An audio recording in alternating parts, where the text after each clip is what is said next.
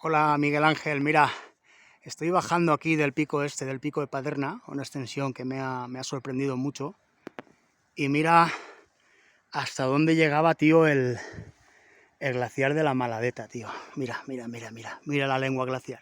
Y el pico que se ve ahí donde están los bastones, esa es la Maladeta y toda la cresta que va hasta el pico del Alba. Pero para que veas lo ganso que era este glaciar, tío, y en su día...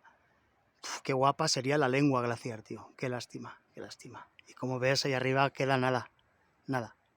Venga, luego te mando más fotos. Hasta luego.